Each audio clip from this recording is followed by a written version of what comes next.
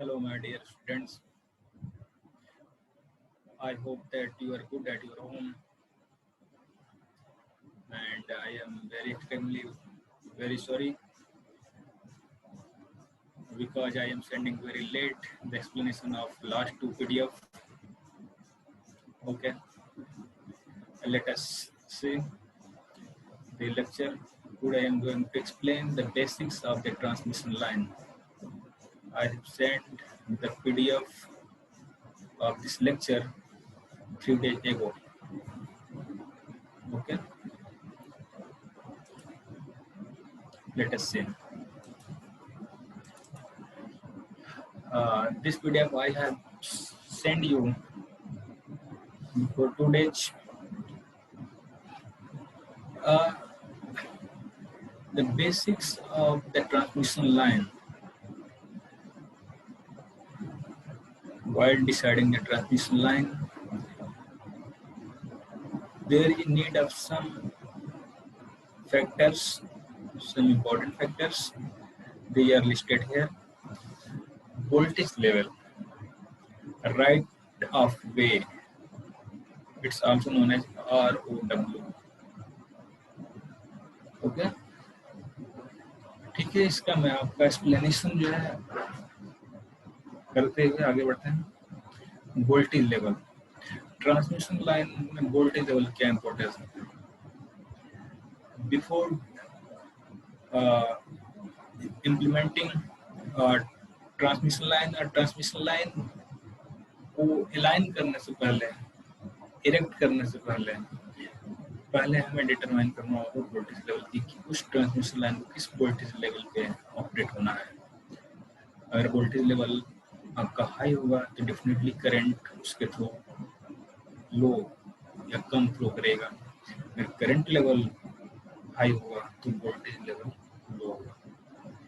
तो जैसा कि आप जानते हैं कि कंडक्टर की साइज करंट की कम या अधिक होने पर डिक्रीज या इंक्रीज करती है,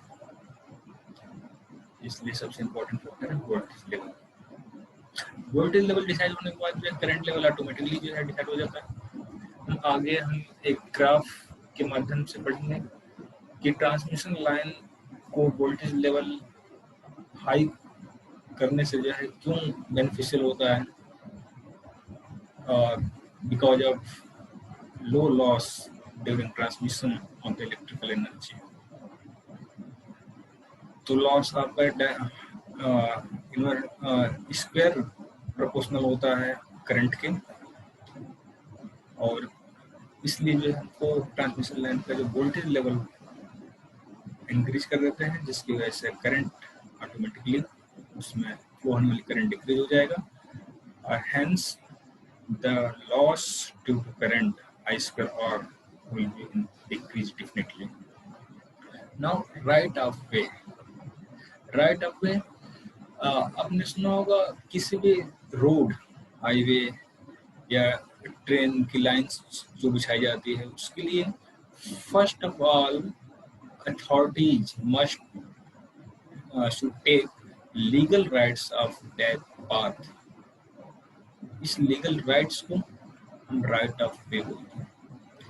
जैसे आप हाईवे या रोड या रेलवे ट्रैक बिछाने के लिए जो एक्वायर करना पड़ता है उस पाथ को, जो पाथ में पड़ने वाली जितनी जमीन है उसको जो एक्वायरमेंट है, उसी लीगल राइट्स को जो है हम बोलते हैं राइट ऑफ वे. ठीक है. Now type and size of conductor. Transmission के लिए बहुत इंपॉर्टेंट है टाइप एंड साइज. ये आपको लॉस मिनिमम रखना है तो आपको कॉपर कंडक्टर, जिसकी रेजिस्टेंस जो रेजिस्टिविटी होती है लो होती है इन कंपेरिजन टू एल्युमिनियम और आयरन. फिर जो साइज है आपका, जैसा कि मैंने अभी बताया, वोल्टेज लेवल बढ़ने पर करंट लेवल डिक्रीज हो जाएगा, वोल्टेज लेवल डिक्रीज होने पर करंट लेवल इंक्रीज हो जाएगा. तो करस्पॉन्डिंग आपका साइज भी इंक्रीज डिक्रीज होगा. Corona loss, sorry, line regulation. Line regulation, let's zoom it. I hope that this is visible to everyone. Line regulation, regulation मैंने electrical machine में आप लोगों को पढ़ाया था। रेगुलेशन क्या होता है? Sending end voltage minus receiving end voltage divided by sending end voltage, इसे हम बोलते हैं वोल्टेज रेगुलेशन। सिंपली दूसरे शब्दों में, जब वोल्टेज जो ड्रॉप होता है सेंडिंग एंड वोल्टेज से रिसीविंग एंड वोल्टेज जो रिसीव होता है उसके बीच जो ड्रॉप होता है सेंडिंग एंड से रिसीविंग के बीच, उसको जब हम सेंडिंग एंड से डिवाइड करते हैं तो इसको हम वोल्टेज रेगुलेशन बोलते हैं। ये जो रेगुलेशन है लाइन का, है ना, ये भी जो है ट्रांसमिशन लाइन मैटर करता है। क्यों? सपोज करो कि हमने 11 kV के लोड, 11 kV का लोड जो है हम 50 किलोमीटर्स पे या 30 किलोमीटर्स को हम जो प्लांट है, जो जनरेटिंग प्लांट है, पावर जनरेटिंग प्लांट, उसे 30 किलोमीटर अवे पे जो है आपका कोई 11 kV का लोड है, और जिसको हम जनरेटिंग स्टेशन से हम सीधे ट्रांसमिट कर सकते हैं। But due to 30 kilometre long line there is a inductance, आगे हम पढ़ेंगे लाइन में जो क्या होता है, इंडक्टेंस होता है, कैपेसिटेंस होता है, और रेजिस्टेंस भी होता है। तो ये इम्पीडेंस जो है आपका लाइन का वोल्टेज ड्रॉप करता है, और वोल्टेज ड्रॉप इस वोल्टेज ड्रॉप वोल्टेज रेगुलेशन। तो सपोज करो 11 kV का लोड है, हम 11 kV जनरेटिंग स्टेशन से 30 किलोमीटर अवे लोड को अगर सप्लाई करेंगे, तो अगर वोल्टेज ड्रॉप हो गया, सपोज करो 11 kV से 10 kV ड्रॉप हो गया ऐसा, या 10.5 हो गया, जो कि लोड अलाउड नहीं करता, अगर लोड सेंसिटिव है तो ज़्यादा ड्रॉप अलाउ नहीं करेगा, जिसकी वजह से आपको ये जो ट्रांसमिशन है आपका पॉसिबल नहीं होगा। हमें अगेन वहाँ पे वोल्टेज को स्टेप अप करना पड़ेगा जितना ड्रॉप होगा, यूजिंग कंपनसेशन टेक्निक। ये कंपनसेशन टेक्निक हम आगे डिटेल में पढ़ेंगे। जैसा कि आप जानते हैं कि जो है इंडक्टिव लोड जो है वोल्टेज को ड्रॉप करता है, because it's consume the reactive power. और जो कैपेसिटर लोड होता है, कैपेसिटिव लोड होता है, वो रिएक्टिव पावर को जनरेट करता है, डिलीवर करता है, जिसकी वजह से जो आपका जो वोल्टेज रेज होता है कैपेसिटिव लोड पे। इसको हम डिटेल में आगे पढ़ेंगे। Fifth one is corona loss. ये भी आपका इस टॉपिक के बाद जस्ट बहुत ही इंपॉर्टेंट टॉपिक है कोरोना लॉस। इसको भी डिटेल में नेक्स्ट लेक्चर पढ़ेंगे। इफिशियंसी, ट्रांसमिशन लाइन की इफिशियंसी, जो पावर इनपुट हुआ सेंडिंग एंड पे और वो जो पावर रिसीव हुआ रिसीविंग एंड पे या लोड एंड पे, तो उसमें जो इफिशियंसी होता है आउटपुट अपॉन इनपुट, इसका एफिशिएंसी का भी ध्यान रखना पड़ता है ट्रांसमिशन लाइन डिजाइन करते समय। कंपनसेशन रिक्वायरमेंट वहीं पड़ता है जहाँ पे जब लोड इंडक्टिव होता है तो वहाँ पे आपकी वोल्टेज ड्रॉप होगा ही होगा, क्योंकि वो रिएक्टिव पावर कंज्यूम करेगा। जब रिएक्टिव पावर कंज्यूम करेगा तो इसको क्या करते हैं, आपका 11 kV का सपोज करो 10 kV हो गया वोल्टेज ड्रॉप, या 10.5 kV हो गया, तो हम इसको कंपनसेशन टेक्निक का यूज करते हैं। वहाँ पे कैपेसिटिव लोड लगाएंगे जो काउंटर करेगा आपके, अगर जो इंडक्टिव लोड है अगर वो कंज्यूम कर रहा है तो वहाँ पे लोकली जो है कैपेसिटर या कैपेसिटर बैंक लगा देते हैं, वो आपको रिएक्टिव पावर डिलीवर कर देगा। ठीक है, ये आप कंपनसेशन की जरूरत पड़ती है ट्रांसमिशन लाइन में डिजाइन करते समय। ठीक है, 7th 8 पॉइंट है system performance including the power flow stability. है पावर फ्लो स्टेबिलिटी, जो सिंपली जो आपका जो पावर फ्लो होता है P=EV/X सैंडल। ये मैंने आपको मेरे ख्याल से जो है इलेक्ट्रिकल मशीन का अल्टरनेटर या सिंक्रोनस जनरेटर में पढ़ाया जा चुका है। ये पावर फ्लो जो है आपका और वेरी करता रहता है, जो डेल्टा चेंज होने पे या जो सिंक्रोनस मशीन जो सिंक्रोनस स्पीड को रोटेट करता है तो उसके लोड में सडन चेंज होने की वजह से या मशीन में कुछ फॉल्टिंग वजह से जो क्या होता है अनस्टेबिलिटी जो आती है, इंस्टेबिलिटी, उसको जो है सिस्टम परफॉर्मेंस के साथ साथ हम पावर फ्लो और स्टेबिलिटी का भी जो है ध्यान रखना पड़ता है। ठीक है। 9.8 system fault level, a different bus bar and a requirement of new circuit breaker for same. Yeah. Fault level, how much maximum current can draw during fault? Yes. Suppose करो कि आपकी किसी कंडक्टर या किसी भी डिवाइस की जो current rating है 10 एम्पियर है, but due to fault there may be draw some double current or 10 times, then how it would bear this much current. Hence we have to consider the system fault level during the design also. Different bus bar जो होता है आपका क्या होता है, एक conductor होता है जिसकी वोल्टेज और फ्रीक्वेंसी हम कांस्टेंट रखते हैं, जिससे हम बस बार करते हैं। ठीक है। सर्किट ब्रेकर आपका जो है जब फॉल्ट होता है तो सर्किट को ब्रेक करने का काम करता है। हम स्विच गियर प्रोटेक्शन में इसको हम आपके 5 से 6 सर्किट ब्रेकर होते हैं, उसको सर्किट ब्रेकर को डिटेल में आपको स्विच गियर प्रोटेक्शन में पढ़ेंगे। ठीक है। Then one protection system for the new lines and change in the setting of the same for other lines if any. या जब कोई नई लाइन है तो उसके लिए प्रोटेक्शन सिस्टम का भी ध्यान रखना पड़ेगा। उस सेटिंग में जो प्रायर सेटिंग है उसको चेंज करना पड़ेगा, इसका भी ध्यान रखना है। ग्राउंडिंग बहुत ही इंपॉर्टेंट है आपके इंटरव्यू पॉइंट ऑफ व्यू से। ग्राउंडिंग क्या होता है, जब किसी भी डिवाइस को जो ऑपरेटर के सेफ्टी पॉइंट ऑफ व्यू से उस हर डिवाइस को ग्राउंड किया जाता है। ठीक है। आपका जनरेटर जो जनरेटिंग स्टेशन पे, इवन आपका जो ट्रांसमिशन लाइन का जो टावर है वो भी उसको ग्राउंड किया जाता है। ग्राउंड मतलब सिंपली जो अर्थ वायर होता है, जो अर्थ के अंदर जो इंजर्ट होता है उसको हम उस डिवाइस से सिंपली कनेक्ट कर देते हैं। इस प्रोसेस को ग्राउंडिंग कहते हैं।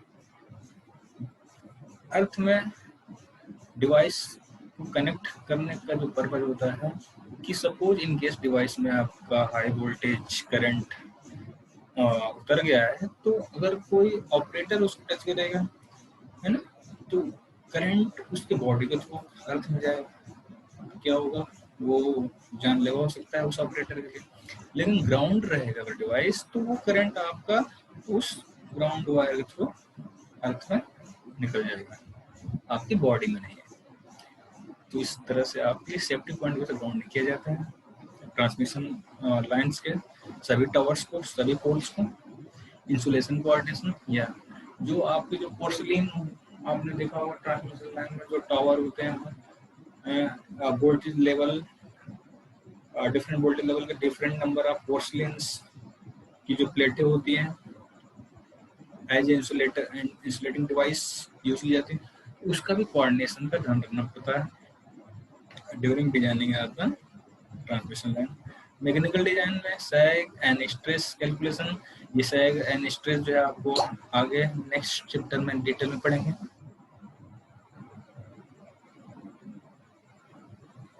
ओके। कंडक्टर कंपोजिशन, या कंडक्टर के जो डिफरेंट, जो हम स्टैंडर्ड कंडक्टर होता है तो उसमें डिफरेंट कंडक्टर के जो कंपोजिशन को ध्यान में रखना पड़ेगा, कौन सा इकोनॉमिक होगा उसे चूज करना पड़ेगा। कंडक्टर स्पेसिंग, आप अगर वोल्टेज लेवल बहुत हाई होगा तो जो दोनों कंडक्टर के बीच जो दो करंट करिंग कंडक्टर के बीच जो फोर्स, लॉरेंज फोर्स जो अप्लाई होता है, जिसको हम पढ़ चुके हैं प्रीवियस सेमेस्टर में, तो ये लॉरेंज फोर्स को जो है एक प्रॉपर डिस्टेंस हमको रखना पड़ेगा, जिसकी वजह से फोर्स एक दूसरे का रिपल्सन या अट्रैक्शन ना करें। ठीक है। इंसुलेटर कॉन्फ़िगरेशन, या वोल्टेज लेवल के हिसाब से जो है इंसुलेटर का कॉन्फ़िगरेशन डिसाइड किया जाता है। स्ट्रक्चर डिजाइन, स्ट्रक्चर जो पोल होता है, जो हाई वोल्टेज या ट्रांसमिशन लाइन वोल्टेज के जो पोल होते हैं, टावर होते हैं, उसको जो डिजाइन करना पड़ता है। डिजाइन डिपेंड करता है। Structure types and stress calculation, उस स्ट्रक्चर पे जो है उसके टाइप को भी डिसाइड करना पड़ता है, डिपेंड करता है कि आपका जो वायर का जो वेट है, जो उसका जो स्ट्रेचिंग है और जो स्ट्रेस है, उसको कैलकुलेट करके जो है टावर को जो है किस टाइप की स्ट्रक्चर जो है सस्टेन करेगा, इस पर डिसाइड किया जाता है।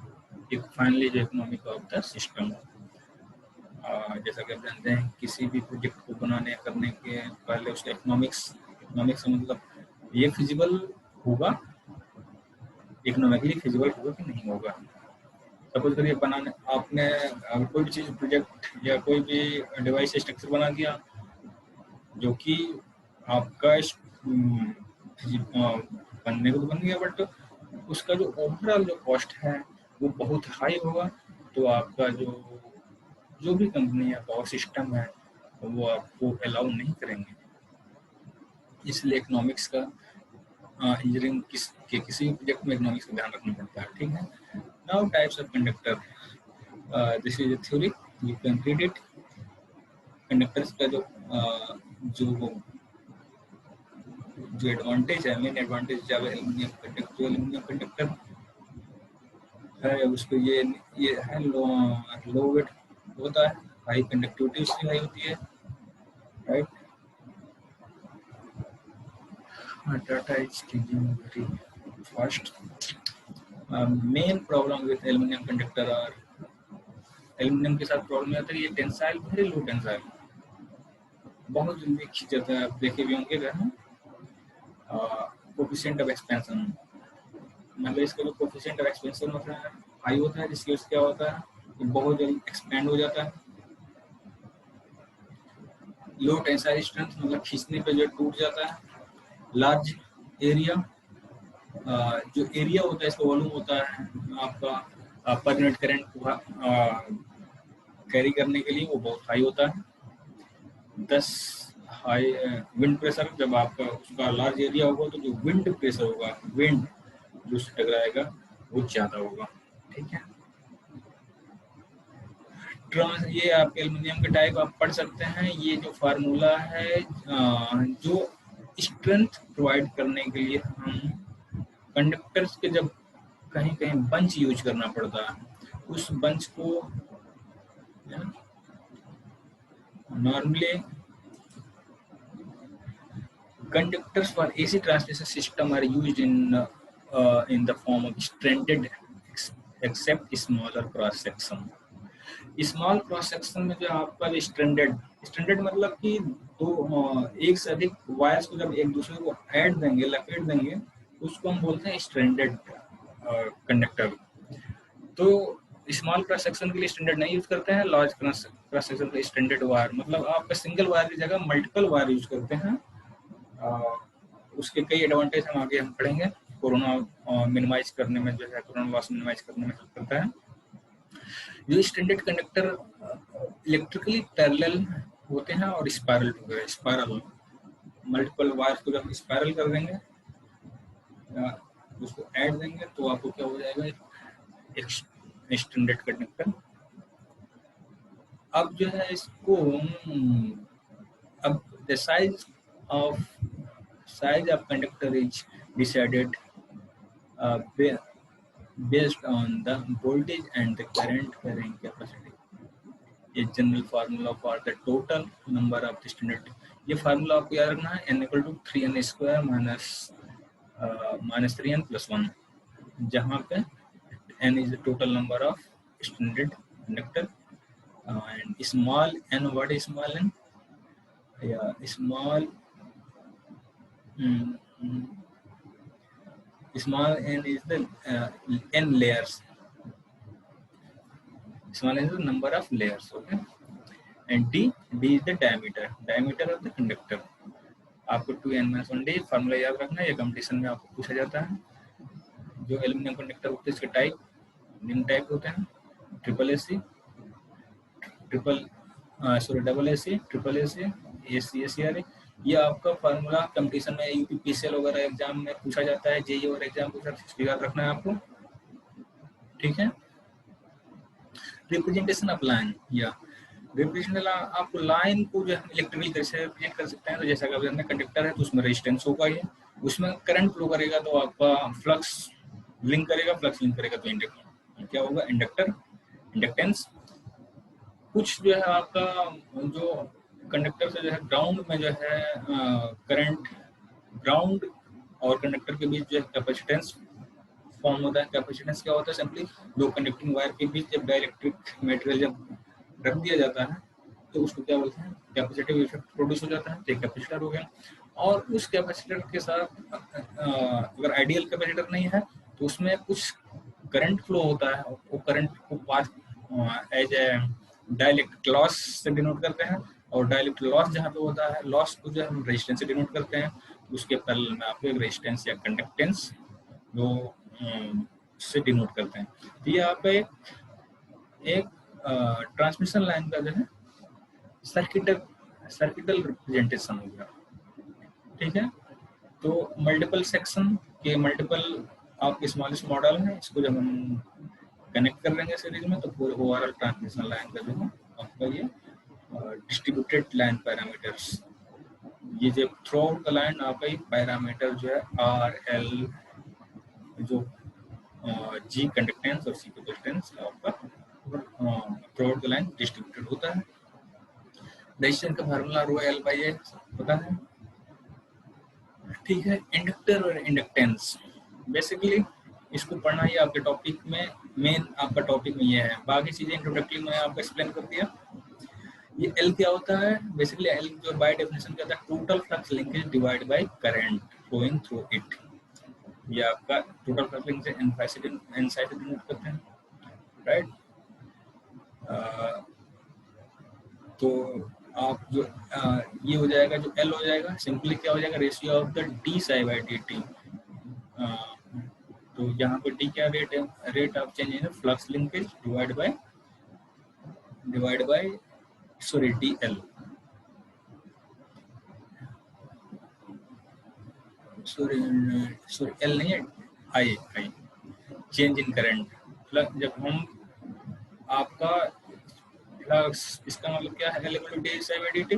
सिंपली जब हम डी आई डेल्टा चेंज करेंगे करंट में तो करस्पॉन्डिंग जो आपका डेल्टा चेंज होगा फ्लक्स लिंकेज में, इसी delta change in flux linkage का रेशियो जो है डेल्टा चेंज इन करंट जो होता है वो आपको क्या होता है, सिंपली ये रेशियो इंडक्टेंस के नाम से जाना जाता है। एक दूसरे शब्दों में कह सकते हैं कि जो फ्लक्स लिंकेज होता है एल इंटू डी आई, या फ्लक्स जो होगा साई होगा क्या होगा, सिंपली एल इंटू वाई, ठीक है। इसका मतलब जहाँ पे भी फ्लक्स आएगा आपका वहाँ पे ऑटोमेटिकली जहाँ करंट फ्लो होगा वहाँ फ्लक्स होगा, फ्लक्स होगा तो ऑटोमेटिकली जो है आपका इंडक्टेंस क्रिएट हो जाएगा, जैसा कि मैंने आपको बताया। अब ये इंडक्टेंस जो है हम डिटरमाइन कर सकते हैं ट्रांसमिशन लाइन की, जैसे अगर हमें करंट पता हो, फ्लक्स लिंकेज पता हो, ठीक है। तो यहाँ से अब हमारा दूसरा इम्पोर्टेंट पॉइंट है एम्पियर्स लॉ। एम्पियर्स लॉ वैसे टॉपिक में नहीं, लेकिन आप आगे के कुछ कॉन्सेप्ट समझने के लिए एम्पियर्स लॉ को समझना होगा। जैसा कि आप इलेक्ट्रोमैग्नेटिक थ्योरी में आपको शुरू सर ने पढ़ा रखा होगा, उम्मीद है आपको याद होगा, लेकिन अगर किसी को नहीं याद है तो हम रिवाइज कर ले रहे हैं। सिंपली जो इंटीग्रल जो होता है आपका close magnetic flux around a closed path is equal to the current enclosed in that path, ठीक है। जो आपका जो करंट इनक्लोज होता है किसी भी कंडक्टर में वो सिंपली क्या हो जाएगा, close integral of magnetic flux intensity. तो मैग्नेटिक फ्लक्स इंटेंसिटी का जब हम क्लोज इंटीग्रल करेंगे तो वही आपको क्या होता है, करंट इनक्लोज। अगर n नंबर ऑफ टर्न्स पे है, n नंबर ऑफ टर्न्स पे जो है आपका है कंडक्टर, तो उसमें आपका जो close integral of magnetic flux intensity क्या हो जाएगा, n टाइम्स हो जाएगा ना। If the path of the integration equal to n number of turns of wire and each wire carries current I in the same direction, then close integral is dot dl equivalent. ये जो dl होता है ये क्या होता है, जैसे suppose करो ये आपका है ना, ये कोई कंडक्टर x है, ठीक है। और यहाँ से आपका जो सराउंडिंग में ये आर वाला, ये सराउंडिंग जो है आप इस कंडक्टर का राउंड, तो ये स्मॉलेस्ट जो एलिमेंट होगा इस सराउंडिंग में, इसको हम डीएल बोलते हैं। ये लेंथ डी, ना कि कंडक्टर का लेंथ, है ना। और इसमें अगर करंट आई फ्लो कर रहा है इनसाइड और n नंबर ऑफ टर्न्स है, तो total h dot dl, close integral of h dot dl will be तो n into i। ठीक है, इसी ग्राफ को आपको दिमाग में रखना है। जैसे आप ग्राफ करेंगे, ये कंडक्टर है आपका जिसकी आर आउट रेडियस है, आउटर रेडियस आर, ठीक है। स्मॉल एक्स जो है एक इमेजिनरी कर्व सर्कल लिया गया है। ये कैसे एच वेरी करता है, जैसे जैसे रेडियस वेरी करता है कैसे एच, तो आप ध्यान से देखेंगे ये एच जो है आपका सेंटर से लेकर के इसके पेरीमीटर तक, ये ध्यान से देखना आप, ये जो क्या है लीनियरली इंक्रीज कर रहा है ना, N into I H D L, जब तक ये आपका जो है क्लोज इंटरवल जो रेडियस है आपका एच का, कहाँ तक, इसके सरफेस कंडक्टर के अंदर तक, या आर इक्वल टू सरफेस तक, क्या आपका जो एच है वो प्रोपोर्शनली बढ़ रहा है। ठीक है, जैसे जो आपका आउट ऑफ द कंडक्टर हुआ, तब आपका जो है एच इनवर्सली डिक्रीज करने लगा। ध्यान से देखिए, ये कर्व आपको ध्यान रखना है। कई बार क्वेश्चन पूछता है इनसाइड द कंडक्टर जो एच होता है वो प्रोपोर्शनल होता है ना, ये इनवर्सली प्रोपोर्शनल होता है। ये इस पे जो क्वेश्चन गेट में भी कई बार आ चुका है, इस पे ध्यान रखना है। इसको रोको, ठीक है। तो यहाँ से अगर आपको कोई एक्स है ना, कोई एक्स लिया, एक्स रेडियस का जो है इसमें अगर जो सर्कल लिया, तो वो कितना हो जाएगा, सिंपली आई एक्स जो हो जाएगा वहां पे I into pi X square pi R square, जहाँ I by pi R square per unit area है, और पाई एक्स स्क्वायर जो है आपका एरिया जो है, जितना एरिया का हमें निकालना है, ये आई एक्स हो जाएगा। तो वहाँ उस केस में एच एक्स डी एल कितना हो जाएगा, आई एक्स के बराबर, जब हम एक्स रेडियस लेंगे। ठीक है, तो यहाँ से आप जो है magnetic field intensity inside the conductor और आउटसाइड द कंडक्टर कैसे वेरी करता है, ये ध्यान रखना है, बहुत इंपॉर्टेंट टॉपिक है। ठीक है, नेक्स्ट टॉपिक जो inductance of 3 phase single phase, आपको नेक्स्ट टॉपिक पढ़ाएंगे, उसका एक्सप्लेनेशन जो है मैं कल दूंगा। ठीक है, ओके, थैंक यू।